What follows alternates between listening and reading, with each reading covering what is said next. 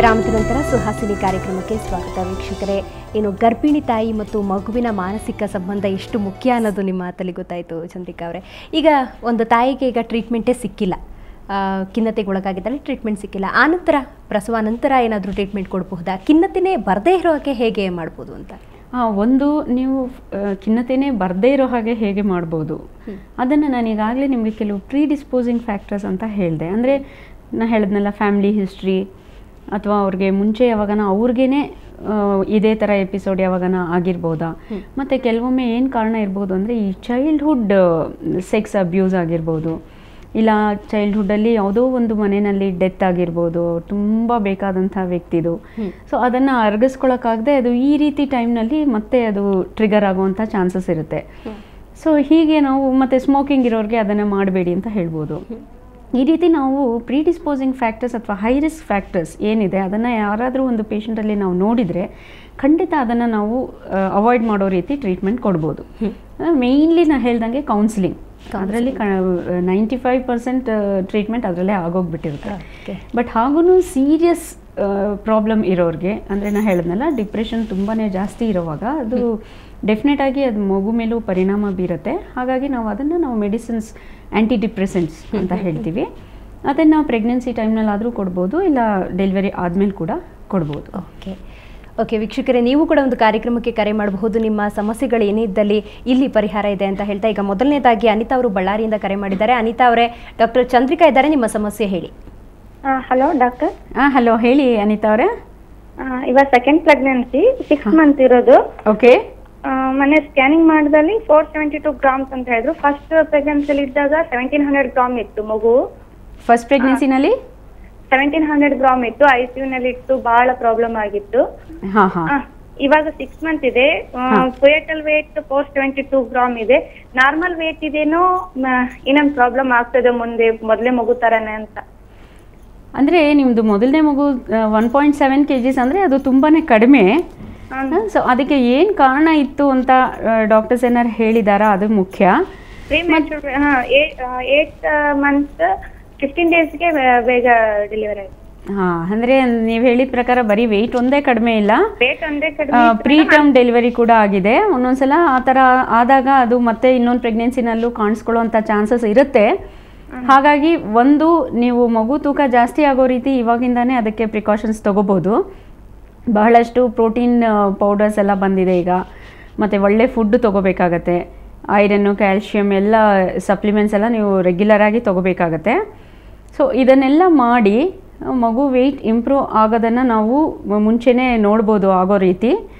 ಮತ್ತು ನೀವು pre term delivery ಆಗದೇ ಇರೋ ಹಾಗೆ ಕೆಲವು ಟೈಮ್ ನಾವು ಅದಕ್ಕೊಂದು ಪ್ರಿಕಾಷನ್ ಅಂತ ಕೆಲವು ಸೆಪ್ರೇಟಾಗಿ ಮಾತ್ರೆಗಳೆಲ್ಲ ಇರುತ್ತೆ, ಅದನ್ನೆಲ್ಲ ಕೊಡಬೇಕಾಗತ್ತೆ ನಾವು. ಡಿಪೆಂಡ್ಸ್ ಆಗಿ ನಿಮ್ಗೇನಾದರೂ ಸ್ವಲ್ಪ ನೋವು ಕಾಣಿಸ್ಕೊಂಡು ಕೂಡಲೇ ನಾವು ಅದನ್ನು ಕೊಡೋದ್ರಿಂದ, ಮತ್ತು ಇಂಜೆಕ್ಷನ್ನು ಡ್ರಿಪ್ ಮೂಲಕ ಕೊಡೋದ್ರಿಂದ ನಾವು ನೋವು ಬರದೇ ಇರೋ ಹಾಗೆ ತಡಿಬೋದು.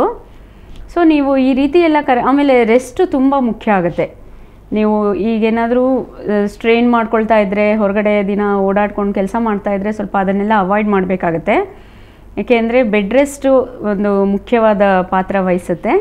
ಸೊ ಈ ರೀತಿ ನೀವೆಲ್ಲ ಮುಂಜಾಗ್ರತೆ ಕ್ರಮಗಳನ್ನು ತಗೊಳ್ಳೋದ್ರಿಂದ ಇವಾಗ ಈ ಪ್ರೆಗ್ನೆನ್ಸಿನಲ್ಲಿ ತೂಕ ಕೂಡ ಜಾಸ್ತಿ ಆಗ್ಬೋದು, ಮತ್ತು ಪ್ರೀ ಟರ್ಮ್ ಡೆಲಿವರಿ ಆಗೋದನ್ನು ಅವಾಯ್ಡ್ ಮಾಡ್ಬೋದು. ಓಕೆ, ಮುಂದಿನ ಕರೆಯನ್ನು ಸುಮಾ ಬೆಂಗಳೂರಿನಿಂದ ಕರೆ ಮಾಡಿದ್ದಾರೆ. ಸುಮಾ, ಡಾಕ್ಟರ್ ಚಂದ್ರಿಕಾ ಇದ್ದಾರೆ, ನಿಮ್ಮ ಸಮಸ್ಯೆ ಹೇಳಿ. ಹಲೋ. ಹಲೋ ಸುಮಾ ಅವರೇ, ಹೇಳಿ. ನಾನು ಸುಮಾ ಅಂತ. ಹೇಳಿ, ನಿಮ್ಮ ತೊಂದರೆ ಹೇಳಿ. ಹೇಳ್ಬೇಕಿತ್ತು, ಮಾತಾಡಿ ಸುಮಾ. ನಾನು ಮದುವೆಯಾಗಿ 7 ವರ್ಷ ಆಯ್ತು. 7 ವರ್ಷನಾ? ಓಕೆ. ಒಂದ್ ಮಗು ಇದೆ, ಗಂಡು ಮಗು. 5.5 ವರ್ಷ ಆಯ್ತು. ಓಕೆ. ಈಗ ಸೆಕೆಂಡ್ ಮಗುಗೆ ಪ್ಲಾನ್ ಮಾಡ್ತಾ ಇದೀವಿ. ಆದ್ರೆ ನಂಗೆ ಸರಿಯಾಗಿ ಪೀರಿಯಡ್ಸ್ ಆಗ್ತಾ ಇಲ್ಲ, ಏನ್ ಕಾರಣ ಅಂತ. ಓಕೆ, ಒಂದು ಮಗು ಇದೆ ಅಂತ ಹೇಳಿದ್ದೀರಾ. ಸೊ ಮೇಜರ್ ಪ್ರಾಬ್ಲಮ್ ಏನೂ ಇಲ್ಲ ಅನ್ನೋದು ಅದರಿಂದನೇ ಗೊತ್ತಾಗುತ್ತೆ. ಪೀರಿಯಡ್ಸ್ ಇರೆಗ್ಯುಲರ್ ಆಗ್ತಾ ಇದೆ ಅಂತಿರಲ್ಲ, ಒಂದು ಹಾರ್ಮೋನ್ ಇಂಬ್ಯಾಲೆನ್ಸ್ ಇರ್ಬೋದು, ಅಥವಾ ಎಗ್ ರಿಲೀಸ್ ಆಗಿಲ್ಲದೆ ಇರಬಹುದು, ಅಥವಾ ಏನಾದರೂ ಓವರೀಸ್ನಲ್ಲಿ ಮಲ್ಟಿಪಲ್ ಸಿಸ್ಟ್ ಅಥವಾ ಪಾಲಿಸಿಸ್ಟಿಕ್ ಓವರೀಸ್ ಅಂತ ಹೇಳ್ತೀವಿ, ಅದು ಯಾವುದಾದ್ರೂ ಇರ್ಬೋದು. ಸೊ ನೀವು ಸಿಂಪಲ್ಲಾಗಿ ಒಂದು ಸ್ಕ್ಯಾನ್ ಮಾಡಿಸ್ಕೊಳ್ಬೇಕಾಗತ್ತೆ. ಮತ್ತು ಇನ್ ಕೇಸ್ ಏನಾದರೂ ಬೇಕು ಅಂದರೆ ಒಂದು ಡಯಾಗ್ನೋಸ್ಟಿಕ್ DNC ಅಂತ ಮಾಡ್ತೀವಿ. ಅದೆರಡು ಮಾಡೋದ್ರಿಂದ ಏನಾದರೂ ತೊಂದರೆ ಇದ್ದರೆ ನಾವು ಕಂಡುಹಿಡ್ಕೊಂಡು ಅದಕ್ಕೆ ಟ್ರೀಟ್ಮೆಂಟ್ ಕೊಡ್ತೀವಿ. ತುಂಬ ರೇರಾಗಿ ಏನಾದರೂ ಟ್ಯೂಬಲ್ ಬ್ಲಾಕ್ ಆ ಥರ ಏನಾದರೂ ಅಂದರೆ ನಿಮ್ಮ ಫಸ್ಟ್ ಡೆಲಿವರಿ ಆದಮೇಲೆ ಆಗಿರೋ ಚಾನ್ಸ್ ಏನಾದ್ರು ಇದ್ದರೆ ಅದನ್ನು ಕೂಡ ನಾವು ಡಯಾಗ್ನೋಸ್ಟಿಕ್ ಲ್ಯಾಪ್ರೋಸ್ಕೋಪಿ ಅಂತ ಮಾಡಿಬಿಟ್ಟು ಆ ಟೈಮ್ನಲ್ಲಿ ಟ್ಯೂಬ್ ಎರಡೂ ಬ್ಲಾಕ್ ಆಗಿದೆಯಾ ಅಥವಾ ಪೇಟೆಂಟ್ ಆಗಿದೆಯಾ ಅದನ್ನೆಲ್ಲ ನೋಡಿಬಿಟ್ಟು ಅದಕ್ಕೆ ಟ್ರೀಟ್ಮೆಂಟ್ ಕೂಡ ಮಾಡ್ಬೋದು. ಖಂಡಿತ ಇದು ಒಂದು ಮಗು ಆಲ್ರೆಡಿ ಆಗಿರೋದ್ರಿಂದ ನೀವೇನು ಜಾಸ್ತಿ ಯೋಚನೆ ಮಾಡಬೇಡಿ. ಇನ್ನೊಂದು ಮಗು ಖಂಡಿತ ಆಗುತ್ತೆ. ಮೈಲ್ಡ್ ಟ್ರೀಟ್ಮೆಂಟ್ ರಿಕ್ವೈರ್ಮೆಂಟ್ ಇರಬಹುದು. ಓಕೆ, ಸುನಂದ ಅವರು ಬೆಂಗಳೂರಿನಿಂದ ಕರೆ ಮಾಡಿದ್ದಾರೆ. ಸುನಂದ ಅವರೇ, ನಿಮ್ಮ ಸಮಸ್ಯೆ ಹೇಳಿ, ಡಾಕ್ಟರ್ ಇದ್ದಾರೆ. ನಮಸ್ಕಾರ ಡಾಕ್ಟ್ರೆ. ನಮಸ್ಕಾರ ಸುನಂದ ಅವರೇ, ಹೇಳಿ. ಮೇಡಮ್, ನಮ್ಮ ಮಗಳಿಗೆ 24 ವರ್ಷ. ಅವಳಿಗೂ ಮೊದಲನೇ ಮಗುವಾಗಿ 4 ವರ್ಷ ಆಗಿದೆ. ಅವಳಿಗೆ ಎರಡನೇದು 3 ತಿಂಗಳು ಅಂತ ಡಾಕ್ಟ್ರ್ ಹೇಳಿದ್ರು. ಸ್ಕ್ಯಾನಿಂಗ್ ಎಲ್ಲ ಮಾಡಿದ್ರು. ಆ ಸ್ಕ್ಯಾನಿಂಗ್ ಅಲ್ಲಿ 3 ತಿಂಗಳು ಸ್ಕ್ಯಾನಿಂಗ್ ಅಲ್ಲಿ ಮೊಟ್ಟೆ ಇನ್ನೂ ಹೊಡೆದಿಲ್ಲ ಅಮ್ಮ, ಬೇಡ ಆಪರೇಷನ್ ಮಾಡಿಸ್ಬಿಡಿ ಅಂತ ಅಂದ್ಬಿಟ್ರು. ಏನಾಗಿಲ್ಲ ಅಂದ್ರು? ಮೊಟ್ಟೆ ಹೊಡೆದಿಲ್ಲ, ಮಗು ಬೆಳೆದಿಲ್ಲ ಸರಿಯಾಗಿ ಅಂದ್ಬಿಟ್ರು. ಅದಕ್ಕೆ ಕಾರಣ ಏನು ಅಂತ ಗೊತ್ತಾಗ್ಲಿಲ್ಲ ನಮ್ಗೆ. ಅಂದರೆ ಬಹಳಷ್ಟು ಕಾರಣಗಳಿರುತ್ತೆ. ನಾವು ತುಂಬ ಕಾಮನ್ ಆಗಿ ನೋಡೋದು ಮತ್ತು ನಾವು ಅದಕ್ಕೆ ಟ್ರೀಟ್ಮೆಂಟ್ ಕೂಡ ತುಂಬ ಕಾಮನ್ ಆಗಿ ಕೊಡೋದು ಏನಂದರೆ ಹಾರ್ಮೋನ್ ಕಡಿಮೆ ಇರ್ಬೋದು ಅಂತ. ಅಂದರೆ ಪ್ರೊಜೆಸ್ಟ್ರಾನ್ ಅಂತ ಒಂದು ಹಾರ್ಮೋನ್ ಇರುತ್ತೆ, ಅದೇನಾದರೂ ಸ್ವಲ್ಪ ಕಡಿಮೆ ಸೆಕ್ರೀಟ್ ಆಗ್ತಾ ಇದ್ದರೆ ಆ ಡಿಫಿಷಿಯನ್ಸಿಯಿಂದ ಕೂಡ ಅಬಾರ್ಷನ್ ಆಗೋ ಚಾನ್ಸಸ್ ಇರುತ್ತೆ. ಸೊ ನಾವು ಅದಕ್ಕೋಸ್ಕರ ಹಾರ್ಮೋನ್ನ ಇಂಜೆಕ್ಷನ್ ಮೂಲಕ ಕೊಡ್ತೀವಿ. ಯಾರಿಗಾದರೂ 1-2 ಅಬಾರ್ಷನ್ ಆಗಿದ್ರೆ ಮುಂಚೆ ಅಂಥವ್ರಿಗೆ ನಾವು ಈವನ್ ಪ್ರಿಕಾಷನರಿಯಾಗಿ ಕೂಡ ಆ ಇಂಜೆಕ್ಷನ್ಸ್ನ ಕೊಡ್ತೀವಿ. ಅಪ್ ಟು ಒಂದು 3 to 4 months ಕೊಟ್ಬಿಟ್ಟು ಆಮೇಲೆ ನಿಲ್ಲಿಸ್ತೀವಿ. ಅದರಿಂದ ಖಂಡಿತ ಉಪಯೋಗ ಆಗುತ್ತೆ. ಮತ್ತು ಇನ್ನೊಂದು, ನೀವು ಹೇಳೋ ಪ್ರಕಾರ ಬ್ಲೈಟೆಡ್ ಓವಮ್ ಅಂತ ಹೇಳ್ತೀವಿ. ಅದು ಏನಾದರೂ ಮಗು ಬೆಳೆಯೋಕ್ಕೆ ಶುರು ಆದಮೇಲೆ ಒಂದು ಡಿಫೆಕ್ಟಿವ್ ಸ್ಪರ್ಮ್ ಇರ್ಬೋದು ಅಥವಾ ಡಿಫೆಕ್ಟಿವ್ ಓವಮ್ ಇರ್ಬೋದು. ಅದು ಎರಡರಲ್ಲಿ ಯಾವುದೇ ಆಗಿದ್ರೂ ಕೂಡ ಅದು ಸರಿಯಾಗಿ ಡೆವಲಪ್ ಆಗದೆ ಒಂಚೂರು ಡೆವಲಪ್ ಆಗಿ ನಿಂತೋಗ್ಬಿಡುತ್ತೆ. ಅಂಥ ಟೈಮಲ್ಲಿ ಕೂಡ ನಾವು ಅಬಾರ್ಷನ್ ಆಗುತ್ತೆ ಅಂತ ಎಕ್ಸ್ಪೆಕ್ಟ್ ಮಾಡ್ತೀವಿ. ಸೊ ಇದೇನಾದರೂ ನಿಮ್ಮದು ಮತ್ತೆ ಹಾಗೆ ರಿಪೀಟ್ ಆಗ್ತಾ ಇದೆ ಅಂದರೆ ಒಂದು ಕ್ಯಾರಿಯೋಟೈಪಿಂಗ್ ಅಂತ ಮಾಡಬೇಕಾಗತ್ತೆ.